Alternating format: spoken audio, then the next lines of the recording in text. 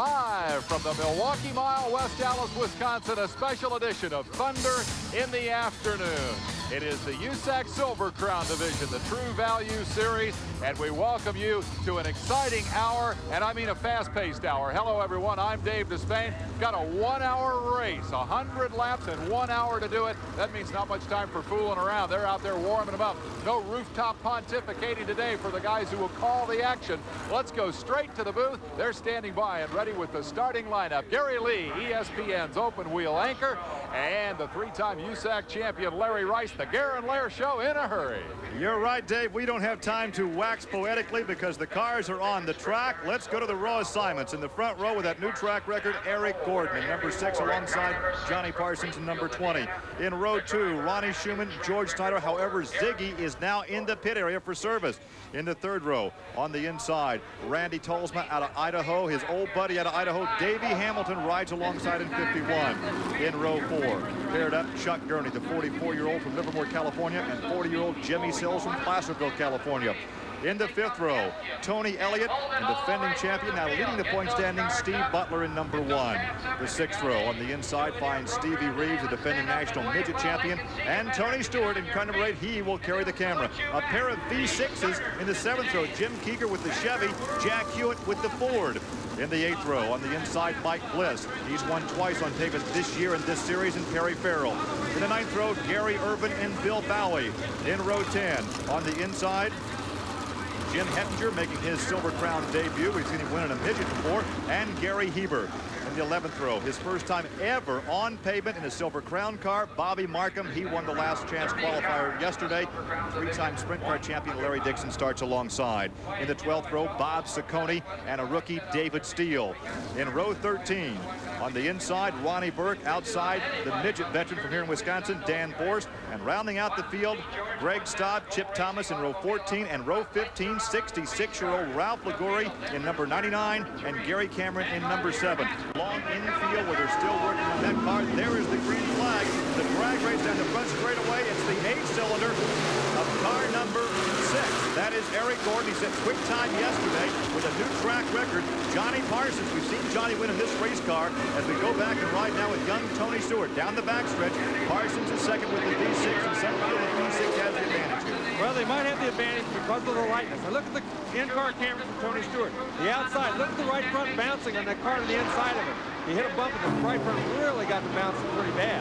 Well, that's Jimmy Sills that you saw on the inside with red number 3, the Pioneer Concrete car, as you go down along the front straightaway. And once again, your leader is Eric Gordon. Johnny Parsons rides in second, and third now is Ronnie Schumann. Schumann, the 4-time CRA champion.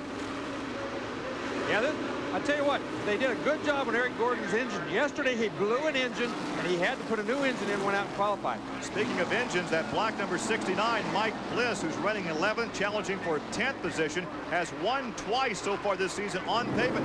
He was complaining about the engine not kicking up off the corner yesterday. Yeah, he was. The engine was built by Keith Randall, a guy from up in the Northwest, used to run some race cars. But he seems to have it going good when it is going. And we saw some smoke up in front there. We couldn't tell whether it was tire smoke or not. Somebody up a little farther in front of him. Well, once again, a long race, 100 miles. A concern early is the chassis setup. As we take a look at Steve Butler in that red number 1, there's a lot of weight on the rear of these cars because of all the fuel. Well, there's about 500 extra pounds of weight on the back of these race cars. All the fuel to start a 100-mile race. That's Mike Bliss on the inside, and Stevie Reeves on the 37 car right behind Tony Stewart. Both jockeying for position here. But all that weight on the back, Gary, really makes these cars a handful this early in the race. As they burn it off, ooh, both of them ducked down at Stewart. Yeah, in fact, Bliss was almost to the infield grass, and he was squeezed all the way down there by Stevie Reeves. As Reeves goes by Tony Stewart. Stewart there in the black Ben Leba, Ben's Tire Clinic, car number 8, rides with the camera, and he just lost a position to Stevie Reeves in the Blair Paty trucking entry. That was a great in-car camera shot. You saw it when Stevie Reeves turned that thing hard left. That left front wheel jerked up in the air because all that weight hanging over the back wheels. We understand the black flag has been displayed for Jimmy Sills in number 3. Jimmy, a former Silver Crown champion out of Placerville, California, may have an oil leak, so that car has been black flagged. We can tell you George Snyder's car is still in the pit area, and George now is out of the cockpit, so apparently he will not make his 98th career start in Silver Crown competition. And that's Ron Schumann, who just got around Johnny Parsons in that yellow car. Ron Schumann just went on by him going down the main straightaway. There's all the oil. That's seals that they're black flagging, and that's why they're black flagging. Well, they had to change the engine in that car yesterday before qualifying, so something perhaps is not sitting down. So the black flag has been displayed for the Pioneer Concrete number 3. You're right, Ronnie Schumann goes to second position. He's 7-time USAC Turkey Night Grand Prix champion. He's a master on dirt, a 4-time CRA champion. He's going pretty well right now on pavement as well. He is tied for second in the point standings with Mike Bliss, some 28 points behind Steve Butler. Well, you can see right there, he's really throwing a lot of smoke out. The car right behind him got real high, trying to stay out of the oil that he's throwing out, and almost got up in the marbles. Now we see Parsons dropping back to third. Is this a move? Is this a strategy move on his part? No. Want to tussle this early? Well, I think it's a strategy move in that Parsons has a softer tire on than most of these guys out here. He thought he could get by with it in his V6, and he did. There's the black flag. You can see them waving the black flag right there at Jimmy Sills. He's obviously losing something out of that race car. It's getting all over the racetrack, and you can see that the guys who are following him are falling back. They're running in that oil, and they're getting way back. Well, it's very disconcerting to follow a driver spewing that much smoke, because you know there's some oil that's going to follow. Well, and really the bad thing is when you're right on his tail, if that engine blows up right in front of you, you've got no place to go. He's out on the inside. He's going to come in. So Jimmy Sills will head for the pit area. Sills presently 11th in the point standings. This will do nothing for his effort to win another Silver Crown title. Also, Dan Force has made his way to the pit area in the yellow number 34. Force is the midget champion from up in this part of the country. In fact, he now leads the Badger Midget Association point standings. Yeah, we have quite a few casualties for this early in the race. We're only into it a few laps, and already 8 laps, I think, and already we got 3 guys sitting in their pits. Boy, look at this shot from Tony Stewart's car. You can see that yellow number 27 back there. That's a V6 Ford driven by Jack Hewitt, and right behind him in that red 56 car is Chuck Gurney, and Chuck Gurney's to the inside of him. The other yellow car, the 26 car, is Jim Keeker. Everybody working on Tony Stewart real hard, but can't quite make it around it. Well, we saw a pair of V6s there. That Ford V6 that Hewitt has actually is based on a Busch Grand National engine. Exactly. It is a Busch Grand National engine. They have very high hopes for it. They had even the manifold off the Busch Grand National car. Look at this, the outside. That's Jimmy Keeker in that yellow car. Taken to the outside, but he couldn't quite make it stick. As Stewart kind of split out, I think he got a little worried he might get in the fence, and he had to back out of the throttle. Keeker won a midget race here on this mile track back in 1988 until qualifying yesterday had the track record in the midget division. 10 laps now complete, 90 laps to go. This racetrack's a real unique racetrack. It's very, very flat, but it really makes for good racing. You can pass on the outside here if you're really running good enough. You can pass on the inside. That yellow line marks the mile post around here, but you can go inside of that if you really want to. You see the smooth spot is the flat part of the racetrack. That's where they all like to run. So now 11 laps complete, a lot of racing to go. Stay with us as we come back to Milwaukee. Look at the Milwaukee Mile, where Ronnie Burke has just tagged the wall up in turns 3 and 4. He apparently okay, but the race is under yellow, and we've had a terrific amount of attrition already. It actually began yesterday when Wally Pankratz blew an engine and is missing his first Silver Crown race ever. It continued with the fall of the green flag as George Ziggy Snyder was 15th position in the 15th position. So Mike Bliss has come a long way. Now remember, Mike Bliss out of Milwaukee, Oregon, has won 2 Silver Crown races this season on pavement at Phoenix and at Indianapolis Raceway Park, and there goes Bliss on the high side. They say you can't pass that well on the high side, but Bliss took a look. Well, he took a look out there, and I tell you, you can't pass on the outside. If you're working good enough, what he did right there was he got a big run. He got up on the high side, kept the RPMs up. He had more straightaway speed than Parsons, so when he went to go into the next corner, he just drove down in there and outbraked John getting into the corner.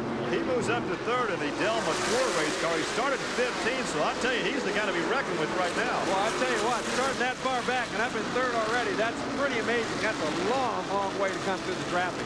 I really expected to see maybe Jimmy Keeker and Jack Hewitt do some real heavy passing early in the race, but it looks like Bliss is the man right now. Gordon continues to set the pace. He set the track record in qualifying yesterday. There was a bit of a controversy because he did lose the engine. They changed the engine, and USAC gave him one extra warm-up lap. The other crews didn't like that so well. Well, they didn't like that because what one extra lap does, it gives you a chance to warm up the tire. And these tires are really faster after about 2 or 3 laps than they are in the first lap. Almost everyone who qualified yesterday gained about 30 hundredths on their second lap. By the time he got to his third lap, his tire was even warmer, and all the competitors felt he had a definite advantage of that extra lap. Gordon won this race 3 years ago, the last time the Silver Crown cars were here. It's been an active weekend for him. He made his Busch Grand National debut last night at Indianapolis Raceway Park in the Kroger 200. Had some problems though and crashed and he fell back, but enjoyed that and hopes to have a ride again later this season with the Jack Ingram team. There is the battle for second position right there. Ronnie Schumann, the flying shoe. You can watch the Bliss. That was Mike Bliss's picture we saw up in the upper right-hand corner just a second ago. And here we see also that's Steve Butler, who just got around Johnny Parsons, moved into 4th position. That red number 1 car, Steve Butler. But Bliss. Well, I was going to say that Butler is the defending Silver Crown titles. Remember, he is serving a suspension from USAC's sprint car competition, was fined $2,500, but USAC on an appeal did lift the Silver Crown suspension, so he is competing here today, and going into this event enjoyed a 28-point margin over 2 drivers tied for second. Mike Bliss just did a fantastic job of setting up Ronnie Schumann. If he can outbrake him, that's exactly what he did. He went in a little high, turned that thing sharp left right in the middle of the corner, and then got down inside of Ronnie Schumann. An absolutely picture-perfect pass. Interesting terminology. On a mile-paid track, you're saying out-braking. Yes, these guys do use brakes, and they use a lot of them. They use a lot of them on this racetrack. It's so flat, you've got to use a lot of brake getting into the corner. But you also have to not use so much that you upset the race car. So it's a very fine line that you have to run. Stevie Reeves, the black 37, just went around the 51 car of Davey Hamilton. And there is one of the Mayflower cars right back there. That is 26. That is Keeker. Keeker has the V6 Chevrolet. Once again, we have a V6 Chevy, and Keeker's car, his teammate, has a V6 Ford. And he just proved that outside pass can be made. Davey Hamilton, he knew guys were passing him on the inside, so he tried to pinch that car down there. I think Davey's got a little problem. He's running low down the straightaway. He's got some sort of a problem with that race car, it looks like. Keeker started back in 13th position. Not a very good qualifying spot for Jim Keeker, so he was challenged by Lynn Neibel to really move that thing to the front, and that's what he's trying to do right now. Yeah, that's exactly right. That MPH car of Davey Hamilton, it's been a real good race car for him, but they've had some problems here, right here, I think. 26 now completed on the famed Milwaukee Mile as we present the Badger World Classic and the USAC Silver Crown Championship cars. Gary Lee, Larry Rice, and Dave Despain. We're coming back with more action. Stay with us.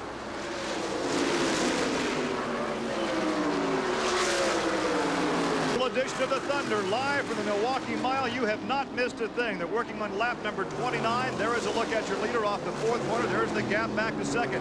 Eric Gordon continues to lead in the Valvoline ABC Cutting Contractors entry.